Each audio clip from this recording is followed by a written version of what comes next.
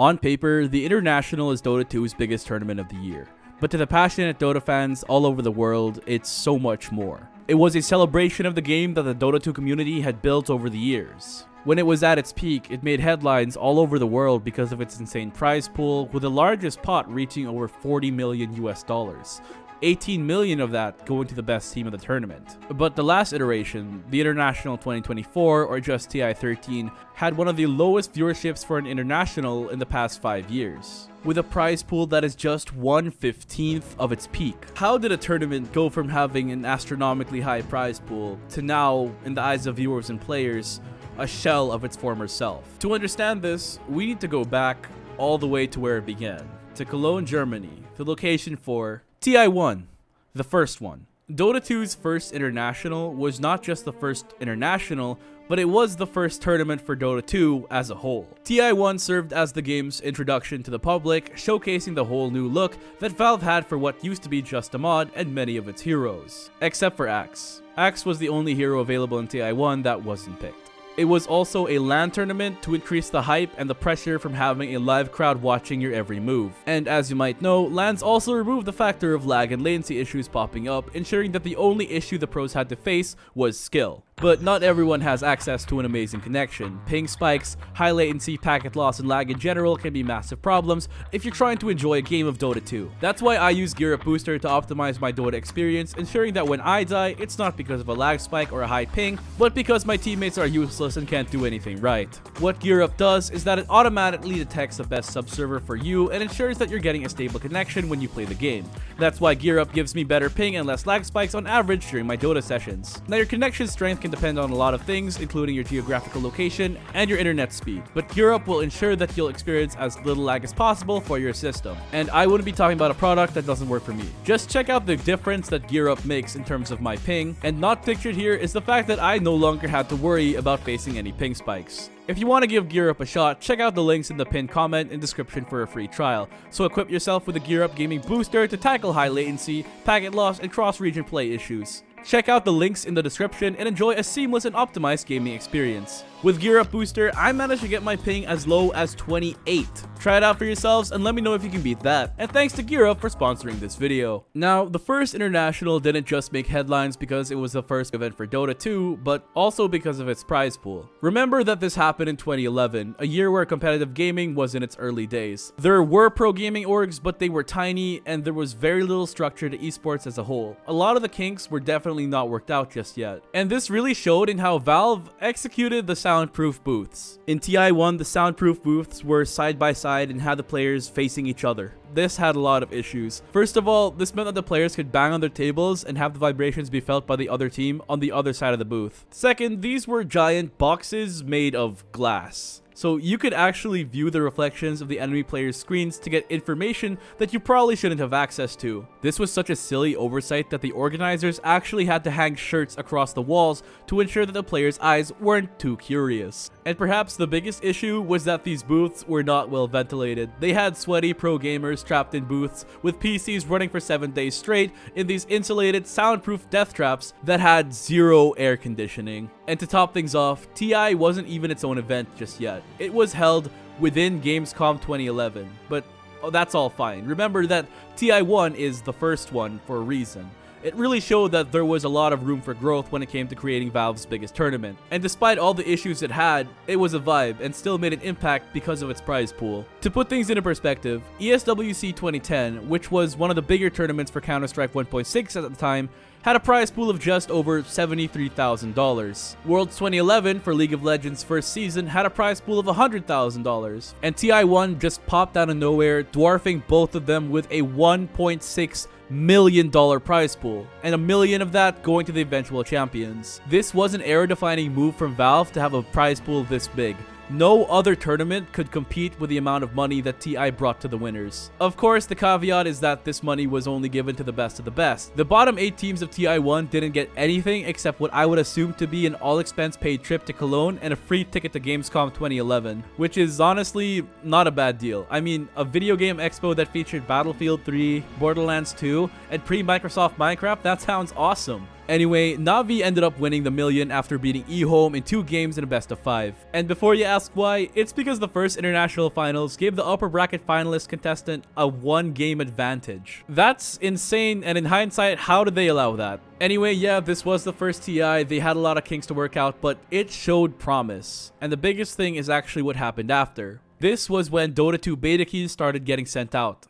You were either invited to the beta via email or you had to acquire a beta key through alternate means. I myself had to trade TF2 keys for an invite to the beta. This meant that the player base started to grow as the beta keys spread like wildfire. Just in time for TI2, the one that put Dota on the map. By the time TI2 rolled around, Dota had grown quite a bit. While it hadn't completely taken over the free-to-play games market because it wasn't officially released yet, it had a pretty sizable player base for the time at a peak of about 100,000 concurrent players. Around this time, there were also hubs for discussion and Dota 2 content that started to pop up, like the Dota Cinema YouTube channel for players to get their fix even when they weren't in-game. Because beta invites around this time were being handed out like candy, the game became much more accessible, and TI2 ended up becoming a lot of players' first experience of live esports. This is also when Valve decided to bring the International closer to home, to Benaroya Hall in Seattle, Washington, the city where Valve HQ is located. Additionally, it was also the first TI that introduced the Aegis of Champions, the trophy for the tournament,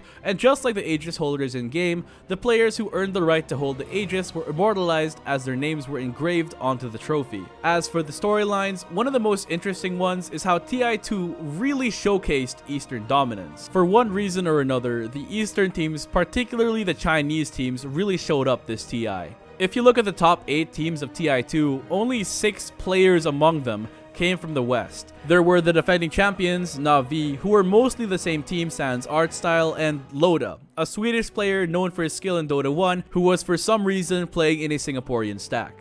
We'll talk more about him later. Anyway, the storyline of the tournament was how the Eastern teams in attendance were far and away the scariest to face. The Chinese teams in particular were the robots that made no mistakes and were completely unbeatable when they were disciplined. LGD didn't drop a single game in the group stage, and Invictus Gaming only dropped 1. Even the 2 Southeast Asian teams that were in attendance, Zenith and Orange, were proving to be no slouches, securing themselves comfortable spots in the upper bracket. None of the Western teams really had a shot. But Na'Vi was on a different level. They were the China Slayers and tore through the upper bracket, beating every Chinese team that would make the top 4. As their team analysis said, they would fight you under your tower, kill you under your tower, then kill your tower. This is also the TI where Na'Vi executed the most iconic play in Dota 2 history. And they played so well that they managed to earn the right to defend their title, where they lost to Invictus Gaming 3-1. The new Chinese overlords were just too much to overcome. IG took home the million, and with it, they brought a lot of hype to the game back to China. And while TI2 came and went, the real thing that needs to be talked about is the aftermath.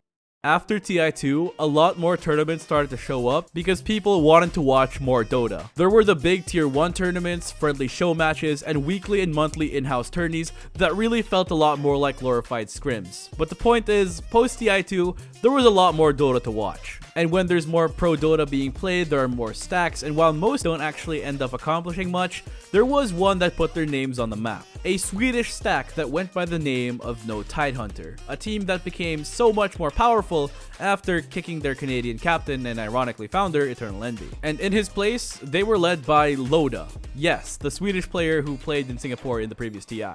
And they took no prisoners, being an unsponsored stack and yet beating out established names in the industry like Evil Geniuses, Fnatic, and even Na'Vi. Eventually, they got sponsored and played under the organization name Alliance. And from there, they continued their utter dominance of the pro scene with first place finishes at DreamHack, StarLadder, the Premier League, and even beating the Chinese giants LGD in the G1 Champions League. And the biggest thing that happened post TI2 was Dota was finally released to the public as a fully fledged game. No more beta keys or invites, you could just download the game off Steam for free. And this ushered in a ton of new fans, many of them latching on to the most popular teams like Alliance. And they had what many would consider to be a dream of a season heading into TI3, the one where things took off. The game was finally out in the open, teams were forming rivalries and other storylines, and there was so much to look forward to as a Dota esports enjoyer. But TI3 also gave us something that would change not just Dota or TI, but the entire gaming landscape. The Compendium. For the price of $10 US, players could buy an interactive compendium for the game. It added a special in-game menu to the Dota client that players could interact with, allowing them to check out team player profiles, check progress on the qualifiers, set a fantasy team for the tournament, and even make votes for the All-Star match, which was introduced this TI. It also came with a commemorative courier. But it didn't stop there. Every purchased compendium would add a little bit of extra money to TI3's initial $1.6 million prize pool.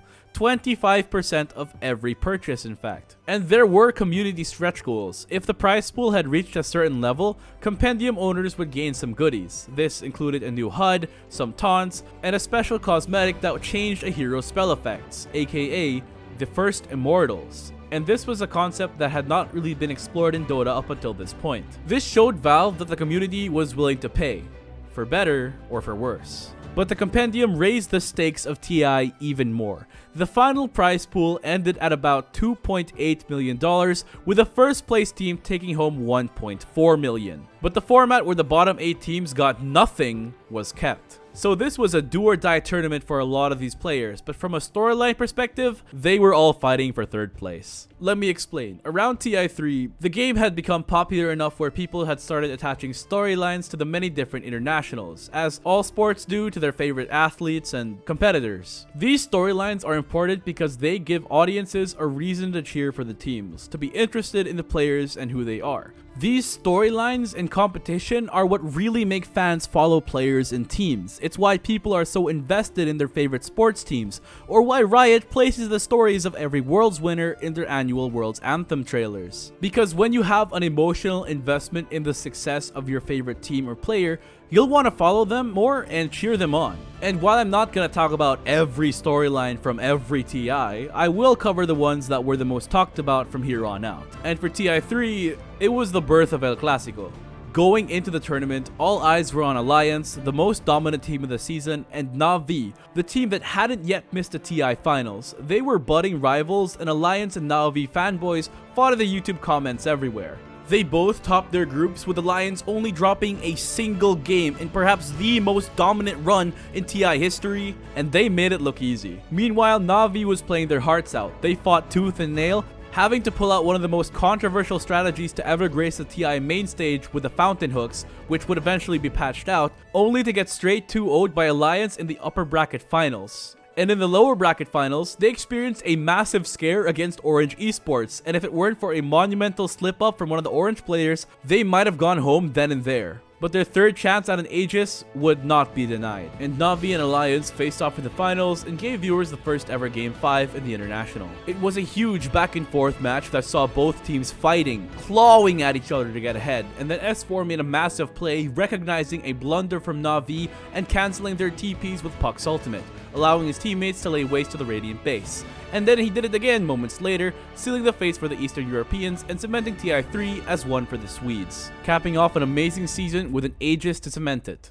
Their dominance was so insane that IceFrog had to nerf their playstyle in succeeding patches. The TI3 finals got so much hype that the growth that followed was almost guaranteed for Dota 2. After TI3, there were more tournaments, and they also started to pay up a lot more too. In fact, the average Tier 1 tournament in Dota 2 post TI3 had about 5 times the prize pool of those before that last international. Tournaments were going from $25,000 prize pools to $120,000 prize pools. Just compare the pot between StarLadder Season 6 and Season 8. Post TI3 was an insane time to be a Dota fan. Stonks were going crazy, and the hype just kept on piling up. Alliance and Na'Vi had become a full-fledged rivalry, and Dota's El Clasico. Cloud9, another famed esports organization, entered into Dota 2 for the first time, and Team TK put together an Eastern super team, merging Southeast Asian powerhouses Mushi and Ice Ice Ice with a legendary Chinese carry, Burning. But the talk of this upcoming international was undoubtedly an up-and-coming Canadian pub star, RTZ from Evil Geniuses,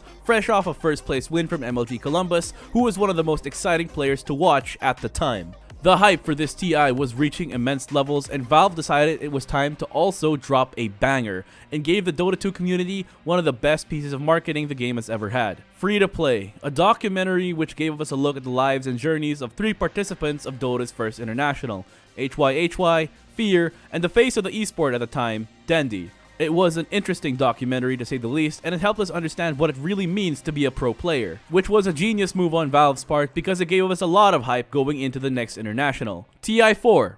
The one with the boring finals. By this time, TI's audience had outgrown Benaroya Hall. Literally, they needed to find a bigger venue, so they got Key Arena instead, also in Seattle. There was a lot of hype heading into this next TI, largely due to the many storylines and teams to watch, but I think it's kind of sad that this TI is often looked at as the one with the boring finals. This TI had a number of exciting games, namely VG vs C9 Game 2, where Sing Sing played an insane Meepo to keep their tournament dreams alive for one more match. But the finals and the format of this tournament kinda sucked. And you know how I talked about a bunch of hyped up storylines going into this TI? Yeah, they all kinda just didn't end up continuing. Na'Vi just wasn't the same beast it once was, and for the first time in Dota history, didn't make a finals appearance. Team DK was a powerhouse during the season, taking home multiple first and second place finishes after forming, only to get a disappointing fourth, which is a massive underperformance given the expectation on them to win it all. Cloud9 did pretty good for the first TI as a stack, all things considered, but people wanted them to go further.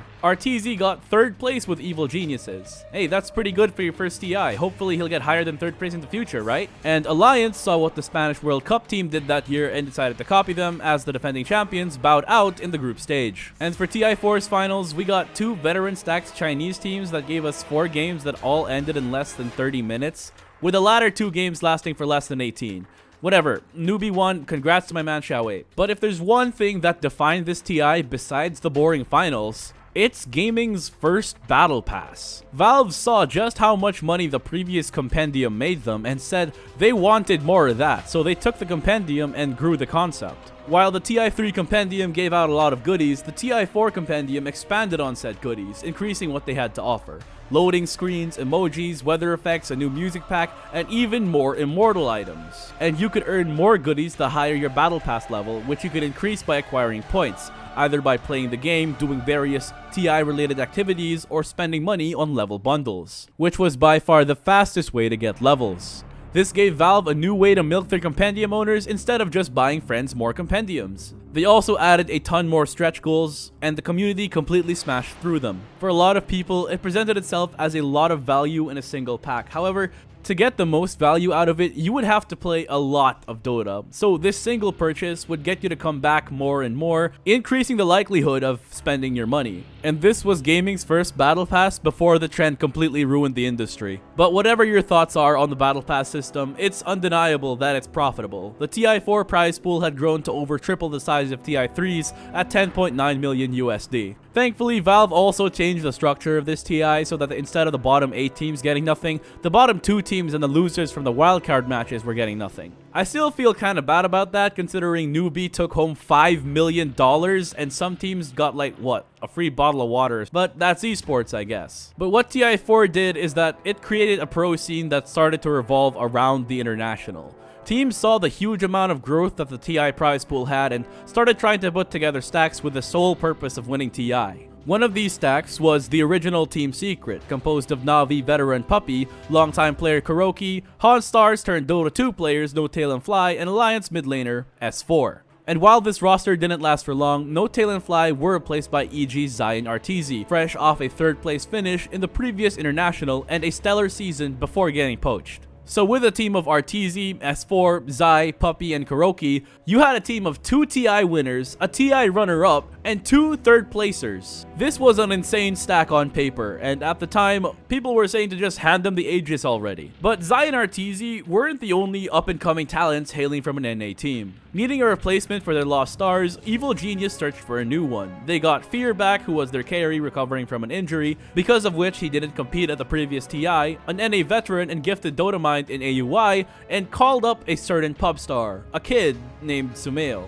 They needed a roster going into what people were calling the Chinese TI, the Dota 2 Asia Championships, and they weren't expected to do well with a slapped-together roster and 1 month to prepare. But then they took home the first place finish, 3-0, and beating Team Secret in the upper bracket finals. With this single tournament victory, they cemented themselves as the team to beat heading into the next international. And while Alliance vs Na'Vi was the original El Clasico, EG Secret, with a storyline of Artesian Zai's betrayal and Sumail's emergence, became another matchup that was must-watch pro Dota. And that has a nice ring to it. That's how I would describe this next international. TI5, the one that NA took home. This year, Valve had expanded on the Battle Pass so much that there were now multiple sets of immortals, emojis, and even more goodies. The Dota team was content with growing the Battle Pass every year and collecting their massive paycheck. And of course, this meant that TI's prize pool was even bigger than the last at over 18 million. All eyes were on EG, the winners of the Asia Championships, Team Secret, the team that was manufactured to win TI,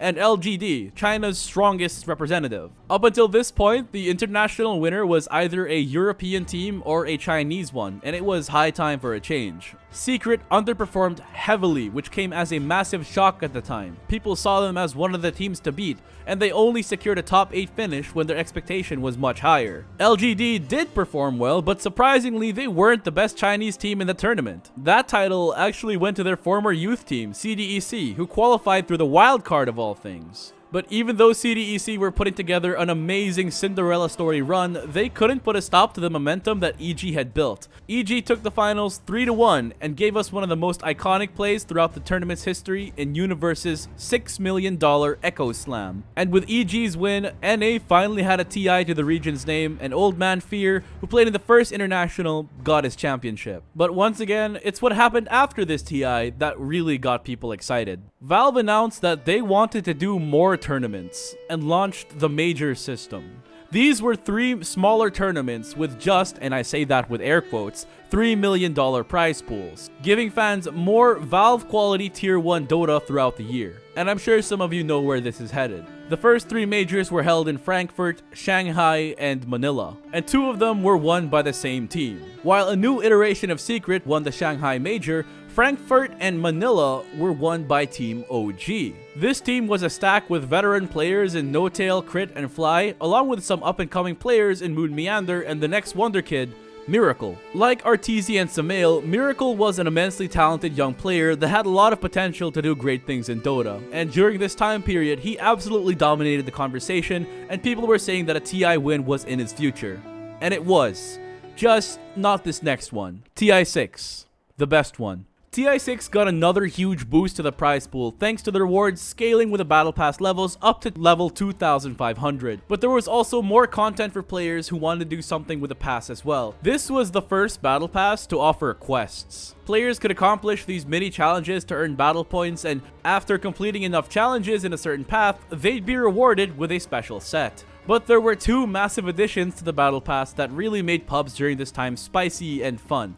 The first new feature was the wager system. Players could now wager a set amount of tokens at the start of the match, and if they won at the end, they would win double the amount of tokens wagered in battle pass points. Every week, players were also given a set amount of tokens to use that would expire at the end of the week, so you might as well have used them. The wagering system drastically increased the amount of competitiveness in their pubs, especially when multiple people were betting 500. And with the TI6 Battle Pass, the devs also introduced the tipping system. Players could tip battle points to other players at the end of the match, and this would lay the foundation for one of the most beautiful or most toxic mechanics in any video game ever. There were also new ways to earn free points and items with Rylai's Battle Blessing, which was really just a gacha wheel, and Lena's Pachinko machine. There was also a really weird community challenge where the player base had to cut down a ton of trees. This battle pass just had so much going for it, and not to mention probably the best battle pass terrain they've ever made in the Immortal Gardens. This was a great pass, and it got a lot of people excited for the upcoming TI, and it did not disappoint.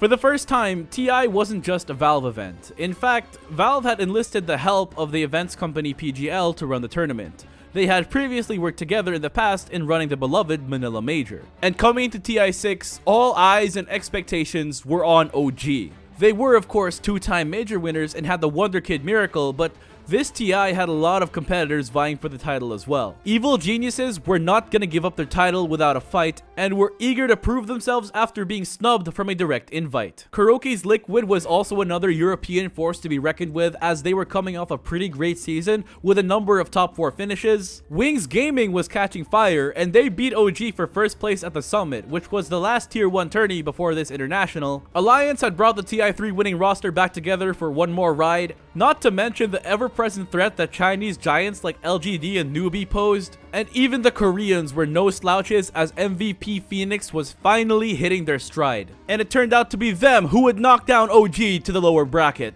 And who would deal the killing blow? A North American jobber and 4 Filipino no-names.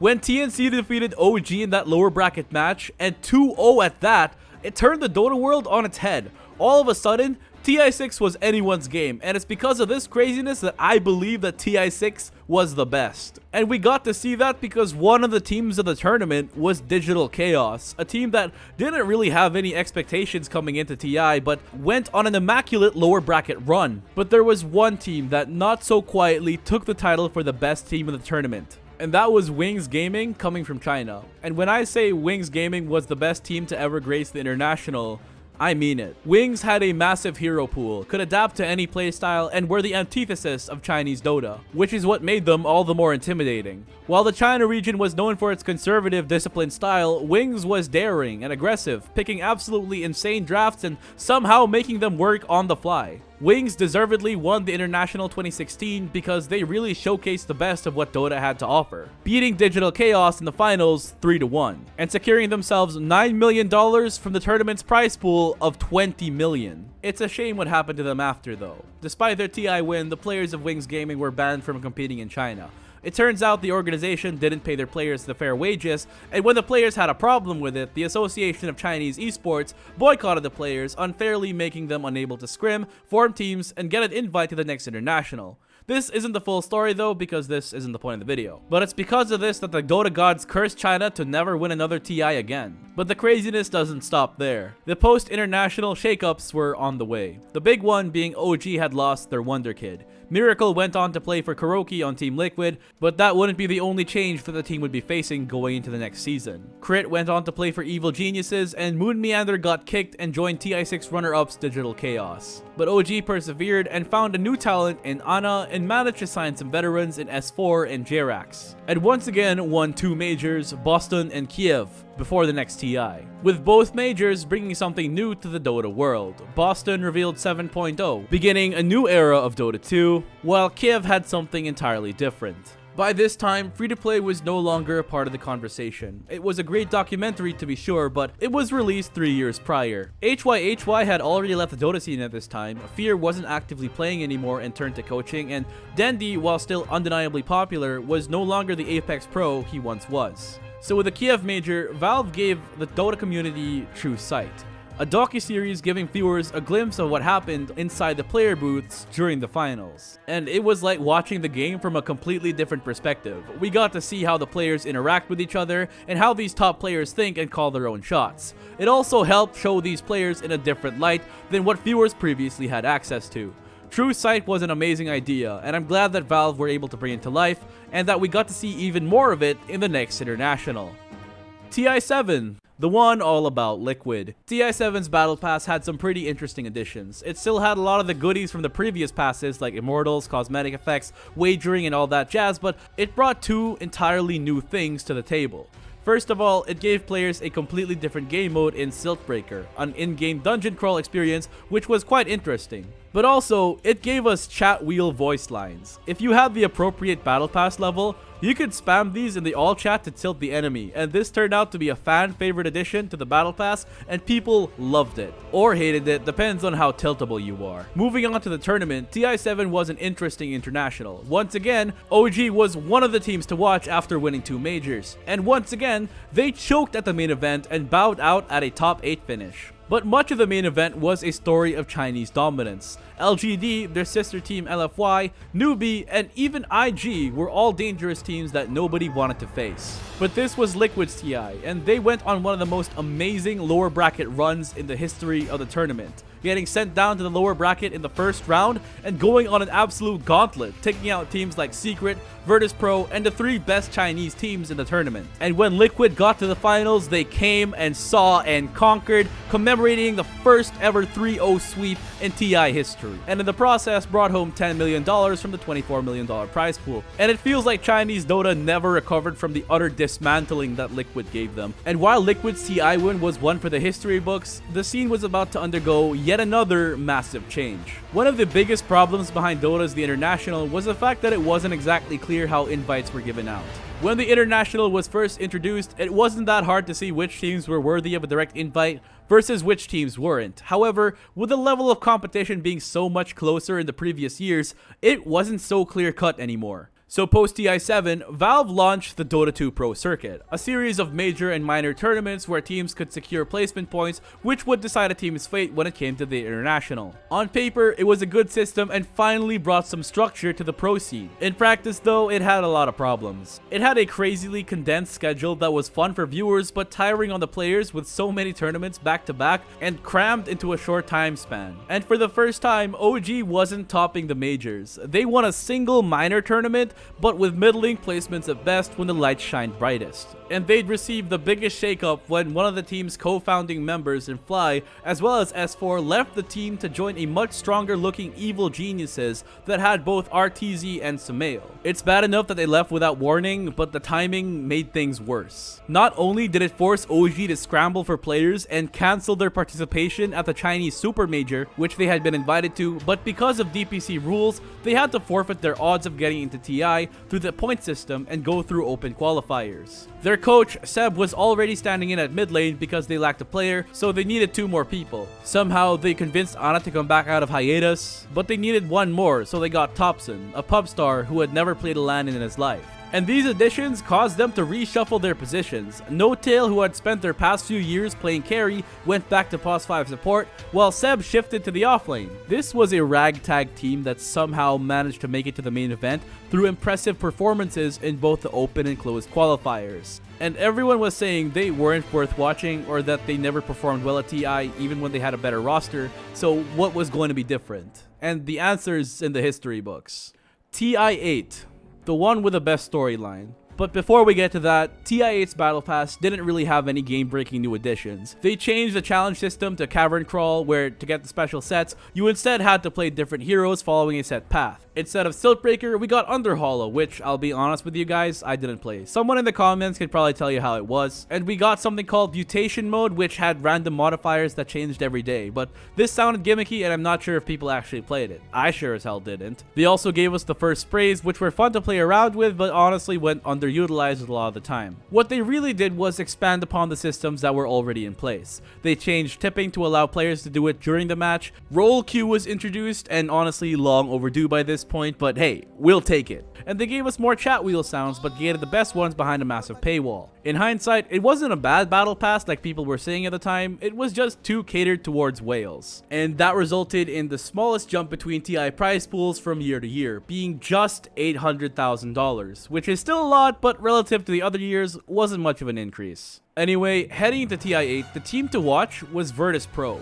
They were coming off a hot season where they won 4 DPC majors and placed no lower than 4th in the ones they didn't win. Liquid was also ready to defend their title, Secret was looking to do what they were built to do, and PSG LGD were coming off a hot streak after placing 1st at Epicenter and Changsha and 3rd at the Super Major, while EG was looking to prove their new roster. Going in, this was anybody's TI, and the competition was tighter than ever before with no clear favorite. Which, for the first time since TI1, took place outside of Seattle in Vancouver, Canada. As it was happening, nobody looked at OG with their rushed together roster and their relative lack of training time compared to the other teams and thought that they had a chance. And yet, when the chips were down, OG showed that they were not a team to be underestimated, managing to fight just hard enough to get into the upper bracket from the group stage. And from there, they found all of the momentum they needed. Immediately after a handy 2-0 victory against VGJ Storm, they were faced with their ex-teammates and Evil Geniuses, whom they managed to beat in a thrilling Game 3 victory, only to face one of the teams of the tournament, PSG LGD, immediately in the next round, whom they would also beat in another 50-minute Game 3 to advance to the Grand Finals, where they would face them once again. Now, if you've been paying attention, you'd notice that there's a bit of a pattern here. Up until this point, every odd-numbered TI was won by a Western team, whereas every even-numbered one was won by a Chinese team, and TI8 didn't look to be any different. In a finals matchup that many people claimed that OG had no business being in, they found themselves one game away from elimination and somehow managed to come back from the brink in a 65-minute Game 4 thriller to win it and force a monumental Game 5. where OG stuck to their comfort heroes and broke the West China pattern. That TI-8 win for OG translated to them winning $11 million from that year's $25 million prize pool. And thanks to TrueSight and OG's own documentary, viewers were able to witness how this team achieved greatness firsthand. This was an OG team that everybody had discounted as a team of chokers, that had no business even being at the main event, that had to fight their way through open qualifiers, and they're the ones who claimed the Aegis. Of all the TI winners, I wouldn't say that TI-8 OG played the best Dota, but they had the best storyline by far to come out of the International's long history. And what happened after was honestly pretty funny. It's like the team didn't need to prove themselves anymore. Ana, the team's wonder kid carry, took a break after winning the big one and was replaced by veteran Pycat, and then later ILTW. And throughout the next DPC season, which Valve changed to have much fewer games, they didn't actually achieve anything noteworthy. Their tournament results were usually somewhere between 5th and 8th. People looked at them and thought that they were a team that wasn't even trying anymore because they had already proven themselves, or that their TI-8 win was nothing more than a fluke. They weren't looked at with respect, and once again, the hype leading up to TI-9 was focused on the teams that performed well during the season, namely Vici Gaming and Team Secret, who both won 2 majors apiece. But if OG's TI history has taught us anything, it's that winning 2 majors during the season doesn't really matter when it comes to TI. TI-9, the fun one. Now let's talk about this year's Battle Pass. It was mostly the same in terms of offerings, but the cosmetics this year took a huge leap. Valve really cooked with this one, giving us the Naked Axe set and Kid Voker. And also Earthshaker's Planetfall Arcana, which I don't have because I was a broke college student with other priorities. These were costly cosmetics that a lot of players wanted, and having a BP exclusive Arcana really enticed people to spend their money. And with these new additions, with all the other features that the Battle Pass already had, they were able to jack up the prize pool by about $9 million. And OG brought back their TI winning roster and stopped the monkey business. And this was their TI. Each of their players performed phenomenally, and they had all the momentum in the world. Ana in particular, who had sat out the entire season beforehand, was playing like he never left. In fact, he came back with probably the weirdest carry pick of the tournament, Carry IO, and was utterly dominant with it. Unlike the previous year where they barely snuck by into the upper bracket, they topped the groups with the most seeding points and smashed through the upper bracket almost exactly like the previous year. They 2-0'd their first opponent, which was an NA stack sponsored by a Chinese org once again, before proceeding to 2-1 both EG and PSG LGD in the exact same sequence, except this time they wouldn't be waiting for PSG LGD to challenge their throne. Instead, their opponent at the finals would be a Team Liquid who, reminiscent of their TI-7 performance, went on a bloodthirsty tear through the lower bracket, taking out 6 different teams, including Evil Geniuses, Team Secret, and PSG LGD. This was a groundbreaking matchup because prior to this tournament, no other team has been able to win 2 internationals, and whoever won this one would be the first. Never mind the fact that it also had the storyline of Miracle going up against his former teammate, or that No-Tail also used to be teammates with Kuroki as well. Both teams showed their stuff, but OG proved to be too much for Team Liquid and became the first team in Dota history to win 2 internationals, and back-to-back at that, becoming the first team to win 2 TIs in a row, with this one being won in Shanghai, China. The following year, after winning $11 million, they brought home $15 million from a $34 million prize pool. These guys were set for life, and TrueSight once again gave us a glimpse of what went on in the booth. But after this TI, seeing things beyond the screen would be a lot harder from here on out. Because, well, the season that happened after was completely wiped due to the pandemic, and for a year, Dota fans were without Pro Dota, at least on LAN. But then Valve came back in 2021 with a renewed DPC format and an incoming international. For the first time, Dota would be getting regional leagues, where teams would have to scrim against each other within their region for DPC points to secure an invite to the TI. It was a necessary move considering there were going to be minimal LANs during a global pandemic, and having COVID-free games was more important than lag-free ones. And for better or for worse, audiences had Dota to watch again and a TI to look forward to.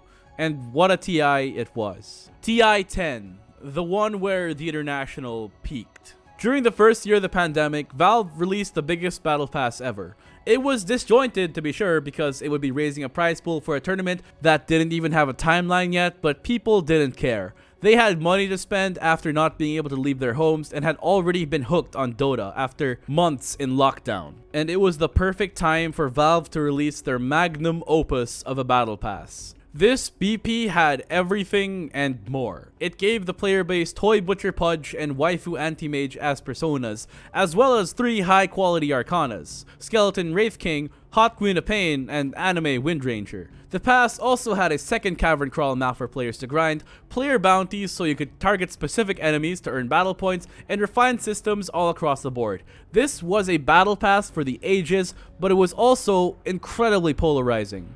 A lot of people were also criticizing how Valve was effectively gating content behind the battle pass. The Arcanas were ones that people really wanted but would have to spend an exorbitant amount of money just to acquire. Imagine if all you cared about was the Windranger Arcana and that was gated behind level 575. You'd have to fork over a ton of cash for that to get it in a reasonable amount of time, even if you grind for it by playing every waking moment. But even if you didn't buy it, you'd seemingly miss out on it forever. It's a scummy business practice that capitalizes on a consumer's FOMO. Despite this though, the prize pool still grew to over $40 million, and this is where TI's ever-growing prize pool would peak. The pot was massive and the pressure was immense, even if TI that year, which was being held in Bucharest, Romania, didn't have a crowd due to COVID restrictions. And despite the pandemic, there were 2 majors that year, and they were both won by Chinese teams. And OG was no longer what it once was, with Ana seemingly retiring from competitive Dota after winning 2 back-to-back TIs, and without their wonder kid, OG just weren't themselves anymore. And the heart and soul of the team, GearUP, OG's playmaking support, decided to retire at the top. So OG had lost 2 of their core players. Sure, they had Sumail and Saksa, but they weren't enough for OG to get a 3-peat. So whoever would go on to win this international would have to be whichever team could channel their inner team Liquid and become the China Slayers. And ironically, the Liquid players left the organization to form Team Nigma and didn't qualify for this TI, so they weren't there either. And nobody was expecting the team that would go on to do it.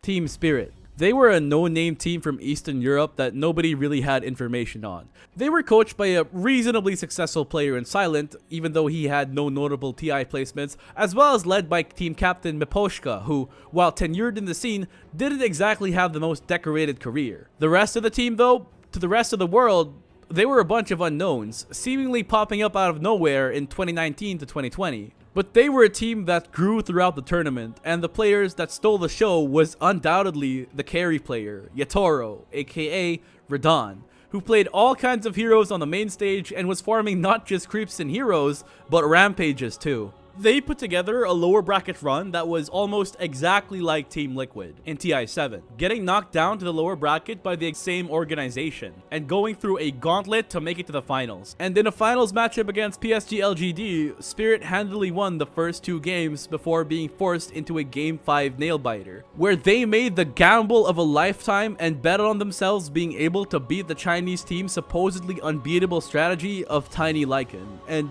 my god, did it pay off. Spirit kept their cool and managed to play their own game masterfully, evading the reverse sweep and bringing home the biggest prize in esports history. And we received even more layers to this after Valve dropped the longest true sight to have ever been made. It was a shame that no crowd was there to cheer Team Spirit after pulling off a spectacular win, but I can't say I feel bad for them. They won $18 million after all. And this is when TI kind of peaked. The prize pool, of course, was the highest it has ever been, but it really feels as if this TI was the last of its kind. Because when we got the next one, things felt off.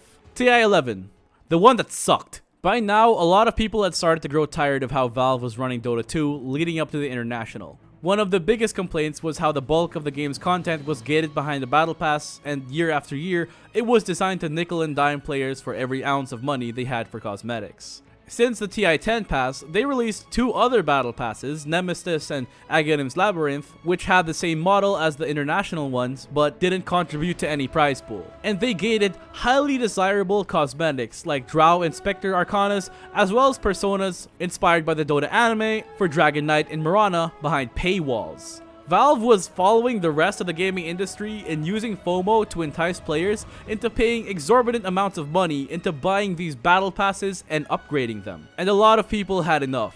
including me. I didn't buy either of these non-TI battle passes because things were just getting too expensive for my tastes. Now, I was willing to buy the next TI battle pass, but when it did come out, it felt empty. The pass was missing a ton of features that previous passes had.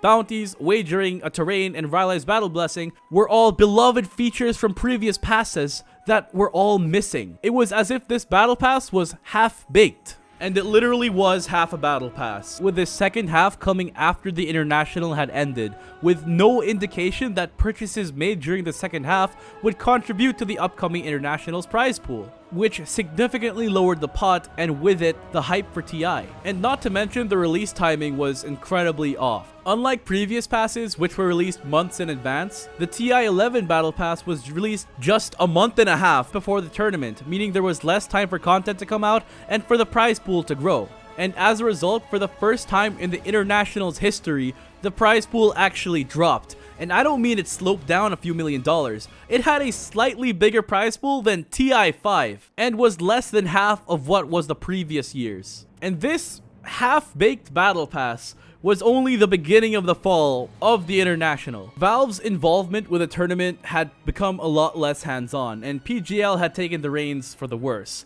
And this TI was plagued with production issues. One of the biggest was that TI's group stage games weren't even being streamed on the official Dota TI channels. Instead, the games were being streamed on PGL's Twitch channels. Thus, casual fans might not have even realized that TI games were going on. Another issue was the format. For some reason, TI-11 was stretched out to be 2 weeks long, and while this did offer a lot more time for the players to relax in between matches, it also meant that there were long gaps between significant games, particularly between the groups, the playoffs, and the finals. To put things into perspective, there was a whole 6-day gap between the playoffs and the finals, and while this was done to enable people to watch during the weekend, the lengthy gap did kill a lot of hype as the event was going on. Another issue was the choice of venue. For the first time in TI history, there were 2 different venues. The second, Singapore's indoor stadium, was about as good as it gets for TI, seating a large amount of people, and the crowds had already been used to watching from bleachers. However, the first venue was just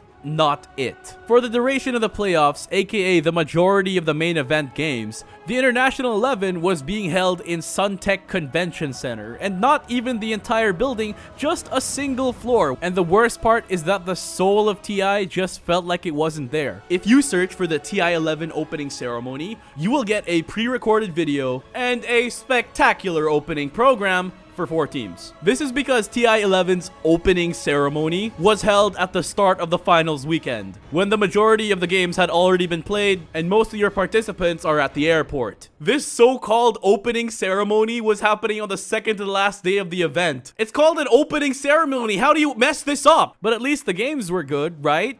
Well, kinda. Magnus's horn toss shenanigans were nerfed out of the meta, and with it, the defending champs, Team Spirit, had a surprisingly early exit at the hands of Boom Esports. Playmaking was simply not the most effective playstyle.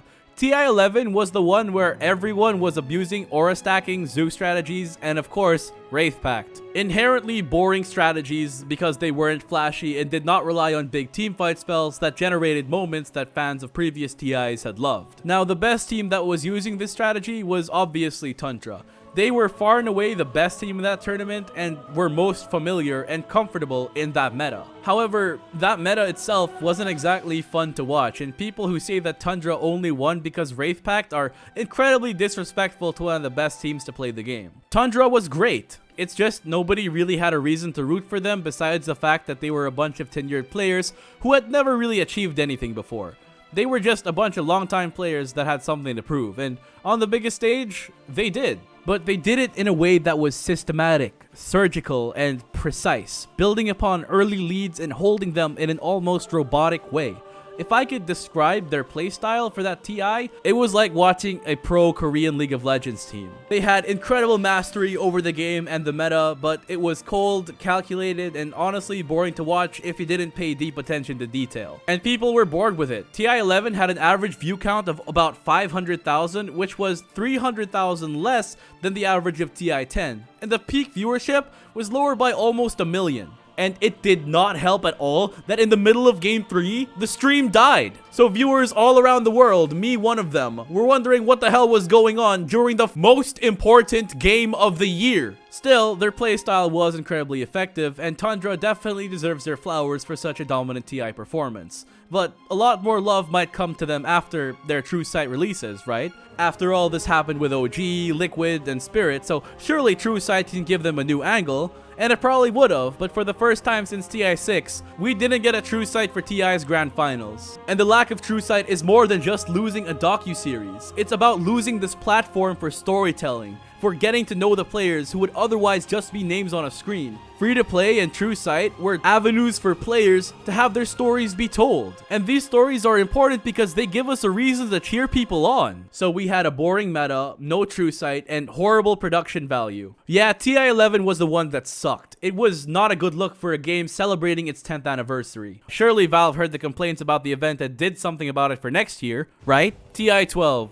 the one that came back down to earth. TI12 actually had quite a few storylines going on. Quinn was tired of middling TI placements with NA stacks and decided to move to Europe and join Gaming Gladiators, where he was able to dominate as one of the best mid laners in the region, if not the entire scene. Pre-TI12, Gaming Gladiators was an incredibly scary team to face, taking 6 first place placements at notable tier 1 tournaments, with 3 of them being DPC majors. But in the months leading up to TI, the eyes weren't on Quinn and the Gladiators anymore. A new tournament, Riyadh Masters, emerged with a $15 million prize pool, rivaling that of the previous international. Considering this was a third-party tournament and not Valve-sponsored, it was a huge amount of money, and it was an opportunity for teams to make a big payday before the international. And Gaming Gladiators did not take it. The top spot instead went to Team Spirit, the winners of TI10, but with a brand new mid laner in Laurel. They brought home $5 million with that championship placement. And 2 months after, Spirit took the top spot in Dream League Season 21, beating out Arteezy's Shopify Rebellion. All of a sudden, Team Spirit was in top form heading into TI, but could we really discount the amazing season that Gaimin had? TI12 saw a return to the International's roots, with it being held in Seattle once more, and while it still didn't have Gaimin making an appearance in public, it did at least have an opening ceremony that was worth talking about. Sure, it kept the weird format from the previous TI, but at least the gap between the playoffs and finals wasn't as long. But this was the year that they also changed TI for the worse. They rebranded the International group stage and first few rounds of the playoffs to be the road to the International, meaning that technically these weren't part of the International itself. This was a confusing change because it inherently devalued a lot of the games, simply by saying that they're not part of the International. And speaking of the finals, it was Spirit versus Gaming Gladiators like many people predicted. It was another year where Chinese teams couldn't find it in them to break the Wings curse, and for the second year in a row, we had 2 European teams fighting each other. And for the second year in a row, it was a 3-0 sweep. Team Spirit was just an utterly dominant team in that final series, and there was just no doubt that they were going to lose. And for it, they won $1.5 million. Wait a second, that's not even as much as Riyadh gave, and that was a third-party tournament. You're telling me that they don't even get a fifth of what last year's winners got? What the hell happened to TI? And it's because Valve decided to cull the Battle Pass entirely. Instead, they sold a compendium that was much closer to TI3's rather than one that was focused on cramming as many pixels as possible. The official reason for this change was that Valve thought that the Battle Pass was simply taking too much work away from the development of the game. The devs were working on a pass that would be fun for a few months, rather than building a game that would be fun all year round with content constantly pouring in. And to be fair, Valve did deliver in this regard. In the time since removing the Battle Pass altogether, Valve gave the community Crownfall, Innates, and Facets, massive updates that kept the player base happy with more Dota content. Like many large-scale changes before, such as the introduction of neutral items, talents, and the changes to the map in the New Frontiers update, these new introductions breathed a lot of new life into the game. And while it's unfortunate for the pros, it is better for the vast majority of the player base that has, through the lacking performance of this year's Battle Pass, proved to not care enough about Pro Dota to put their money in. And because the prize pool was no longer insanely high, it didn't have the same pull that previous TIs did. Mainstream media outlets didn't talk about the game's prize pool anymore, and casual Dota fans simply checked out. But there was a big change that happened in the off-season, because after this international, they would be ending the Dota Pro circuit, removing structure from the pro scene once more. It's as if Valve just didn't have an interest in running the pro scene anymore. In their blog post, they cited that the reason for this was because they saw pro tournaments not really making an effort to capture viewers' attention, and rather putting all that effort into complying with Valve's rigid list of requirements. Pretty much saying that the tournaments had declined in quality, which is absolutely rich coming from the same company that gave us TI-11. And this may not prove to be a good decision in the long run. The DPC helped the Dota scene grow through fostering the Tier 2 scene, allowing new pros to make a name for themselves without necessarily having to get picked up by one of the big orgs. That's because a lot of these Tier 1 players started off in Tier 2 stacks. The Team Spirit players started off on a team called Yellow Submarine, and they went on to win the International. A healthy B scene is what gives pro players a pipeline to entering the Tier 1 scene without the prerequisite of being a generational talent like Miracle or Thompson. The removal of the DPC would also mean less money and tournaments for Tier 2 teams in regions outside of Western and Eastern Europe, who by this point had become the equivalent of Koreans in League of Legends. And while the long-term effects of its removal haven't been fully felt yet, the lack of structure in an esports industry with so much of it has made the scene much harder to follow. Now there are some that don't even have official English streams for the rest of the world to watch. And while it does have its benefits, such as having more tournaments, the removal of the DPC has made the scene much harder to follow as a casual fan.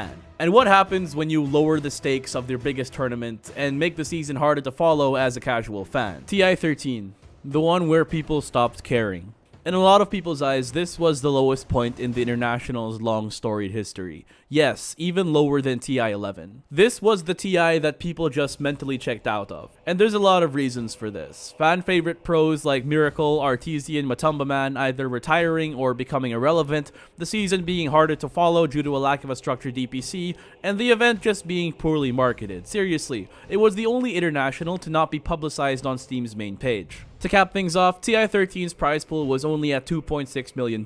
That's lower than TI-3 when they first introduced the concept of crowdfunding the pot, and you were guaranteed just a single immortal and no arcanas, no cavern crawls or battle points just yet, and that had 2.8 million. Fans just didn't care, and honestly, it feels like Valve didn't either. The opening ceremony didn't have the orchestra it did the previous year. In fact, it was just a pre-recorded video, and once again, Gaben wasn't there in person and just gave his opening speech via video. And it didn't help that the tournament's meta was overall stale. The best strategy had already been figured out. Greaves, Pipe, Crimson Guard, Solar Crest. Every single team was buying these items, and because of this, we also got the TI with the highest amount of uncontested heroes. This TI also had the least number of games played. Seriously, not counting Road to TI games, there was a single deciding match throughout the tournament, Gaimin versus Tundra Game 3 in the lower bracket finals. Everything else was a clean sweep. That includes the finals where Liquid swept Gaming Gladiators 3-0. And all of this culminated in a massive step down in viewership for this International. The peak was actually higher this TI thanks to Gaimin vs Tundra being the only game worth talking about. But overall, this tournament was not the same. There was no hype, there was no heart. While an amazing tournament in its own right, compared to previous iterations of the International, this was the worst. And it left players like me asking why.